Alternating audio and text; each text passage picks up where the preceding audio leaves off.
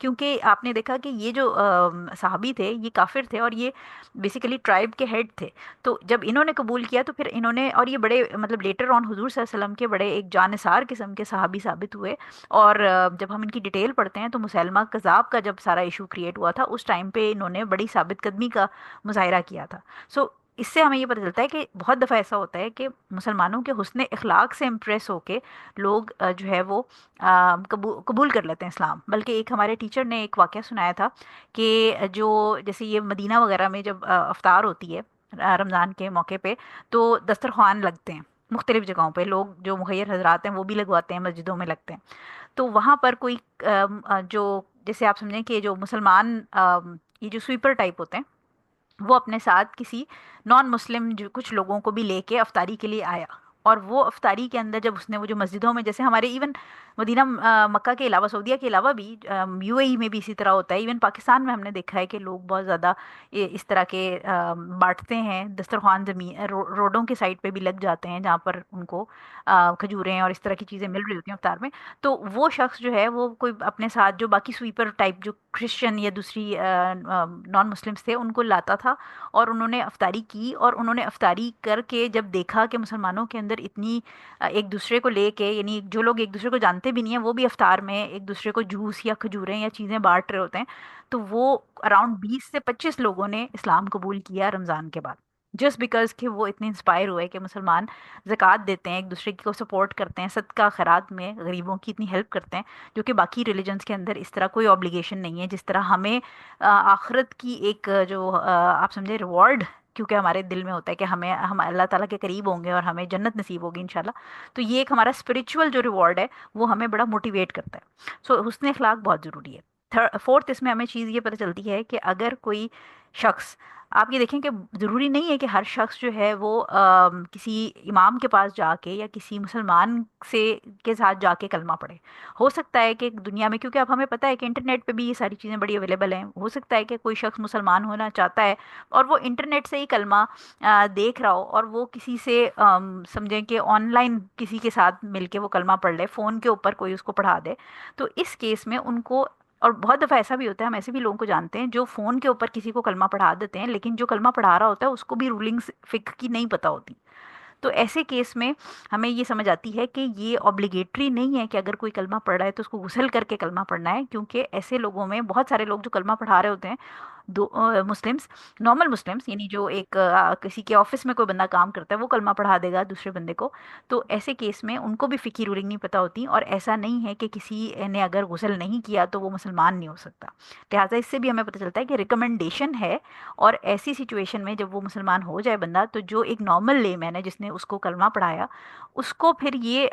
کرنا چاہیے کہ اس کو یہ، کیونکہ وہ باقی چیزیں بھی چھوٹی چھوٹی بتائے گا نا، جیسے عورت ہے تو وہ کہے گا کہ خاتون بتائیں گی کہ حجاب کرنا ضروری ہے، کور کرنا ہے آپ نے، نماز کے بارے میں وہ تھوڑی تھوڑی گائیڈنس دے گا. تو لہٰذا اسی طرح مسلمان اگر کسی کو کلمہ پڑھوا رہا ہے اور بے شک وہ امام نہیں ہے، وہ مسلمان ایک نارمل لے مین ہے، بس وہ اس کو یہ بتا دے کہ تمہیں غسل کرنا ہے، تاکہ اگر وہ جنابت کی حالت میں ہو یا اگر عورت ہے حیض یا نفاس میں ہے تو پھر وہ پاک ہو جائے گی جس وقت اس کا حیض نفاس ختم ہو جائے گا. ٹھیک ہو گیا. تو مسلم جو ہیں وہ گائیڈ کر دیں، لیکن اس میں اسکالرز یہ کہتے ہیں کہ اسٹرانگر اوپینین یہ ہے کہ obligation نہیں ہے کہ اگر کوئی کلمہ پڑھنا چاہتا ہے تو وہ پہلے غسل کرے. لاسٹ اس میں ہمیں یہ سمجھ آتا ہے کہ اگر لیٹس ازیوم، وہی جو میں نے بات پہلے بھی کی تھی، کہ اگر ہم ازیوم کرتے بھی ہیں کہ یہ obligatory ہے تو ہمارے پاس جو ہے وہ یہ ایک انسیڈنس جو ہے اس کی ایگزامپل ہے، لیکن ہمارے پاس بہت سارے صحابہ کی جو سٹوریز ہیں مسلمان ہونے کی، اس میں کہیں پر بھی ہمیں غسل کا ذکر نہیں ملتا. لہٰذا اس سے بھی یہ ثابت ہوتا ہے کہ یہ ایک آپشن ریکمینڈڈ ہے، مستحب ہے، لیکن فرض نہیں ہے. ٹھیک ہے. تو یہ ہماری تھی پہلی حدیث. آئی ہوپ کہ یہ آپ کو کلیئر ہو گیا ہوگا پوائنٹ. اور اسپیشلی یہ یاد رکھیے کہ جو یہ چھوٹے چھوٹے جو لوگوں کی اگنورنس اور جہالت کی وجہ سے پولیٹیکلی چیزیں اگنائٹ ہو جاتی ہیں، کیونکہ لوگوں کو پتہ ہی نہیں ہے کہ دین میں کہاں کہاں کیا کیا آسانیاں ہیں اور دین میں چیزیں کس طرح سیٹ اپ کی گئی ہیں. تو ایکچولی کبھی کبھی ہم اپنی جہالت کے اندر جو نان مسلمز ہیں ان کو بہت زیادہ اپنے مطلب جو اچھی چیزیں ہمارے ریلیجن کی ہیں وہ ہم کور اپ کر دیتے ہیں کیونکہ ہمیں پتہ ہی نہیں ہے، اور نان مسلم جو ہیں ان کو پھر موقع مل جاتا ہے ہمارے اوپر آبجیکشن لگانے کا. سو یہ والی جو چیزیں ہیں ان سے تھوڑا سا آپ کو آئیڈیا ہو جائے گا کہ اسلام جو ہے اس کے رولز ڈفرینٹ ہیں، اور جو لوگ اس وقت پر سے چل رہے ہیں پولیٹیکلی چیزوں کو لے کے، وہ ایک الگ کہانی ہے. وہ اپنی ڈیزائرز کو لے کے اور اپنی ایموشنز کی بیس پر صحیح اور غلط کا فیصلہ کرتے ہیں. تو ایموشنز کی بیس پہ صحیح اور غلط کا فیصلہ نہیں ہوتا. دین کے اندر جو نبی نے کیا یا جو قرآن کے اندر چیزیں ہمیں لیجسلیشن دے دی گئی، اس کی بیسس پہ صحیح اور غلط ڈیسائیڈ ہوتا ہے. اچھا جی، اگلی حدیث پہ آ جائیں. الحمدللہ، حدیث نمبر 100، 10 نہیں 100.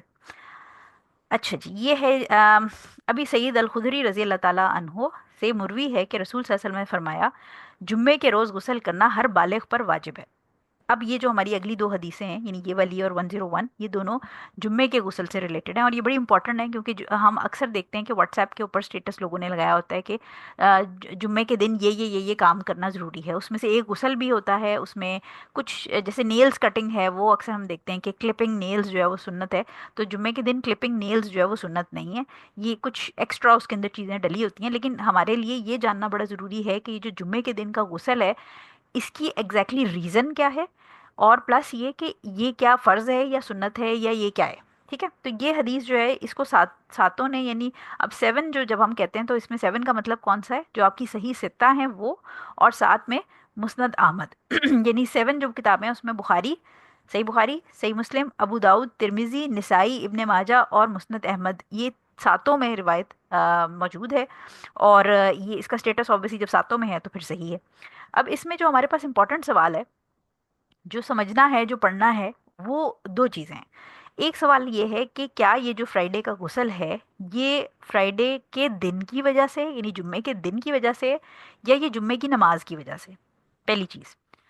اور کیا یہ اگر تو جمعے کے دن کی وجہ سے ہے، تو پھر یہ کیا جمعے کے دن میں، کیونکہ بہت سارے لوگ یہ بھی کنفیوز ہوتے ہیں کہ جمعہ تو ایکچولی مغرب کے دن، جب مغرب سوری جو تھرسڈے ہوتا ہے، تھرسڈے کو جب مغرب کی اذان ہوتی ہے تو اسلامی جو دن ہے وہ تو مغرب کے بعد سے شروع ہو جاتا ہے. سو لہٰذا کچھ لوگوں کو کنفیوژن یہ ہوتی ہے کہ اگر ہم تھرسڈے کی جو مغرب کے بعد رات ہے، یعنی ہم رات کو 9-10 بجے اگر نہا لیں تو کیا وہ جمعے کا غسل ہو جائے گا؟ تو پہلی چیز تو یہ سمجھ لیں کہ یہ یوم الجمعہ یہاں پر لکھا ہوا ہے، یعنی جمعے کے دن کی بات ہو رہی ہے. تو وہ جو مغرب کے بعد تھرسڈے نائٹ میں نہانا ہے، وہ تو کسی بھی کانٹیکسٹ میں اس کی تو کوئی اپلیکیشن بنتی نہیں ہے. تو یہ تو ادھر سے ہی آپ اپنے دماغ میں صاف کر دیں کہ تھرسڈے نائٹ کو نہانا جمعے کو نہانا یا جمعے کے غسل کے برابر، اس میں کوئی لاجک نہیں ہے اور نہ کوئی سینس ہے. اس کو بالکل ہی کک آؤٹ کر دیں. اب دوسرا اب ہمارے مائنڈ میں ایکچولی کیا سوال ہے؟ پہلا سوال یہ ہے کہ کیا جمعے کا جو غسل ہے وہ جمعے کے دن کو لے کے ہے، یا جمعے کا غسل جو ہے وہ ایکچولی جمعے کی نماز کے لیے؟ ٹھیک ہو گیا، پہلی چیز تو ہمیں یہ سمجھنی ہے. اور اگر ہمیں اس کا جواب مل جائے گا، جو کہ ایکچولی مل جائے گا ہمیں، وہ جواب پانے کے بعد اگلا سوال یہ ہوگا کہ کیا غسل جو بھی ہے جمعے کا یا جمعے کے دن کا، وہ فرض ہے یا وہ مستحب ہے؟ ٹھیک ہو گیا. سو یہ ہمیں اس حدیث اور 101 میں ہم پڑھیں گے. اس سے پہلے، اس کو فردر پڑھنے سے پہلے، کیونکہ جو اس کی فردر ڈیٹیل ہے وہ اگلی حدیث میں کلیئر ہو جائے گی آپ کو، تو یہ دو حدیثیں ہم ملا کے پڑھیں گے، 100 اور 101 مل کے پھر آپ کو سمجھ آئے گی. کیونکہ یہ دونوں حدیثوں کے اندر تھوڑا سا آپ کو لگے گا کہ تکرار ہے، کہ تھوڑی سی جو ہے نا وہ آپ کو لگے گا کانفلکٹ سا آ رہا ہے. تو ہم جب دونوں کو کمپیئر کریں گے پھر آپ کو سمجھ آ جائے گی. اچھا، اب اس سے پہلے میں ایک چھوٹی سی چیز آپ کو ایکسٹرا پڑھانا چاہوں گی کہ حکم جو ہوتا ہے، کمانڈز ہوتی ہیں، جو رولنگز ہوتی ہیں، وہ 3 طرح کی ہوتی ہیں. امر جو ہے، امر کا مطلب جیسے فعل امر ہوتا ہے، تو فعل امر کیا ہوتا ہے؟ جیسے میں آپ کو کہوں کہ پڑھو، اب پڑھو جو ہے وہ میں آپ کو حکم دے رہی ہوں، آرڈر کر رہی ہوں کہ پڑھو یا لیٹ جاؤ یا کھاؤ. ٹھیک ہے، تو یہ ہوتے ہیں کمانڈز. اب کمانڈز جو ہیں وہ ہمارے پاس اسلام میں 3 طرح کی ہیں. ایک امر وجوبی کہلاتا ہے، واجب سے ہے یہ. ٹھیک ہے، واجب جیسے اردو میں ہم کہتے ہیں نا واجب ہے. وجوبی کا مطلب جو وہ حکم جو فرض کر دے، یعنی جیسے ہماری نمازیں ہیں یا جو فرض نمازیں ہیں ہماری، وہ فرضیت کا حکم ہے ان کے اوپر. ٹھیک ہے، اسی طرح جو ہمارے رمضان کے روزے ہیں، تو امر وجوبی جو ہیں یہ واجب، کوئی بھی چیز جو واجب ہے، جو فرض ہے، مطلب اوبلیگیٹری ہے، وہ امر وجوبی کہلاتا ہے. سیکنڈ جو ہمارے پاس کمانڈ ہے، دوسری ٹائپ، وہ امر استحباب ہے. ٹھیک ہے، یہ مستحب سے ہے. جیسے مستحب میں ابھی بار بار ابھی آپ کے ساتھ ورڈ یوز کر رہی تھی نا، ریکمینڈڈ، تو یہ ریکمینڈڈ کی اس میں آ جاتا ہے. ٹھیک ہے، ریکمینڈڈ میں جیسے ابھی ہم نے مختلف جو ہمارے وضو کے باب وغیرہ تھے اس میں ریکمینڈڈ چیزیں تھیں، آگے ہم نماز میں پڑھیں گے وہ بھی ریکمینڈڈ ہیں، تو وہ استحباب میں آتے ہیں. تیسرا جو اس میں آتا ہے وہ امر رخصہ آتا ہے. ٹھیک ہے، رخصہ کا مطلب پرمیسیبل ہے، اور اس سے مراد کیا ہوتی ہے؟ فار ایگزامپل دے کے آپ کو سمجھاتی ہوں کہ یہ بیسیکلی ایک ایسا حکم ہوتا ہے جس میں آپ کو کھلا آزاد چھوڑ دیا جاتا ہے. لیکن اس کا مطلب یہ نہیں ہوتا کہ آزاد چھوڑنے کا کہ ہر بندے کو یہ کام کرنا ہے. فار ایگزامپل جیسے ہمیں پتہ ہے کہ نارملی شکار کرنا جو ہے وہ پرمیسیبل ہے، جائز ہے، ہر بندہ کر سکتا ہے، لیکن احرام کی حالت میں ہمیں پتہ ہے کہ جو شکار کرنا ہے اس کے اوپر فوربیڈنس لگ جاتی ہے، یعنی وہ ممنوع ہو جاتا ہے۔ اس کے بعد جیسے ہی آپ احرام کھولتے ہیں تو آپ کو دوبارہ پرمیسیبلٹی مل جاتی ہے شکار کرنے کی، لیکن اس کا مطلب یہ نہیں ہے کہ ہر بندے کو ہر حال میں فرضیت میں شکار کرنا ہی کرنا ہے احرام کھولنے کے بعد، یعنی آپ کو پرمیسیبلٹی مل گئی کہ آپ نے احرام کھولا، اب آپ شکار کر سکتے ہیں، لیکن اس کا مطلب یہ نہیں ہے کہ ہر بندہ جو حاجی احرام کھولے وہ جا کے شکار کرے۔ اس کو پرمیشن مل گئی ہے لیکن obligation نہیں ہے کہ اس کو شکار کرنا ہے۔ اسی طرح جیسے جمعے کے دن جب کہا جاتا ہے کہ جمعے کی نماز کا ٹائم ہو تو ٹریڈ جو ہے وہ بند کر دینا چاہیے، یعنی جو لین دین ہے، کاروبار ہے، اس کو بند کر دیں اور نماز جو ہے وہ پڑھنے کا حکم ہے قرآن میں، کیونکہ اللہ تعالیٰ کہتا ہے کہ تمہیں نہیں پتہ یہ نماز، یہ جو اکٹھے ہو کے کانگریگیشنل جو جمعے کے دن کی پریئر ہے یہ تمہارے لیے بہتر ہے۔ اور جب نماز ختم ہو جائے، یعنی جو جمعے کا نماز ہے وہ تم پڑھ لو، تو پھر زمین پر پھیل جاؤ اور اللہ تعالیٰ کا فضل تلاش کرو۔ اب یہ پرمیسیبلٹی ہے، اس کا مطلب یہ نہیں ہے کہ ہر شخص جو جمعہ پڑھے گا اس پہ فرض ہے کہ وہ وہاں سے باہر نکلتے ساتھ ہی دکانوں میں چلا جائے اور بزنس کرنا شروع کر دے۔ یہ ایک پرمیسیبلٹی ہے، ایک چیز منع کرنے کے بعد اس کو کھول دینا تاکہ پرمیشن مل گئی ہے، لیکن اس کا مطلب یہ نہیں ہے کہ اب ہر بندے کو وہ کام کرنا ہے۔ ٹھیک ہو گیا؟ تو اس کو امر رخصہ کہتے ہیں۔ اس حدیث کو اب ہم انڈرسٹینڈ کریں گے نیکسٹ حدیث سے۔ تو نیکسٹ حدیث جو ہے ہمارے پاس وہ 101 ہے، اور یہ اس کا ترجمہ جو ہے وہ ہم دیکھتے ہیں کہ حضرت سمرہ رضی اللہ تعالیٰ عنہ جو ہیں، ان سے روایت ہے کہ رسول صلی اللہ علیہ وسلم نے فرمایا، جمعے کے روز جس نے وضو کیا اس نے اچھا اور بہتر کیا، اور جس نے غسل کیا تو غسل تو بہرحال افضل اور بہترین ہے۔ اس کو پانچوں یعنی احمد، ابو داؤد، ترمذی، نسائی اور ابن ماجہ نے روایت کیا ہے، اور ترمذی نے اسے حسن قرار دیا ہے۔ ٹھیک ہو گیا؟ اچھا، اب اس جو حدیث ہے نا، یہ آپ دیکھیں کہ اپرنٹلی پچھلی والی حدیث میں ہمیں لگ رہا ہے، اگر ہم دوبارہ پیچھے جائیں تو یہاں پر آیا کہ جمعے کا جو غسل ہے وہ مسٹ ہے فار ایوری اڈلٹ، مسٹ۔ ٹھیک ہے؟ تو مسٹ سے ہمیں لگتا ہے کہ یہ obligatory ہوگا، یہ فرض ہوگا، لیکن یہاں پر ہم دیکھ رہے ہیں تو یہاں پر جو میں نے ایریا انڈر لائن کیا ہے اس پر حضور صلی اللہ علیہ وسلم نے کہا کہ اگر کوئی وضو کر لے تو وہ بھی ٹھیک ہے، لیکن اگر کوئی غسل کر لے جمعے کے دن تو وہ بیٹر ہے، افضل ہے۔ یعنی جو اگر فرض کی چیز ہوگی تو اس میں حضور صلی اللہ علیہ وسلم آپشن تو کبھی نہیں دیں گے نا، وہ تو مطلب ایسا تو نہیں ہے کہ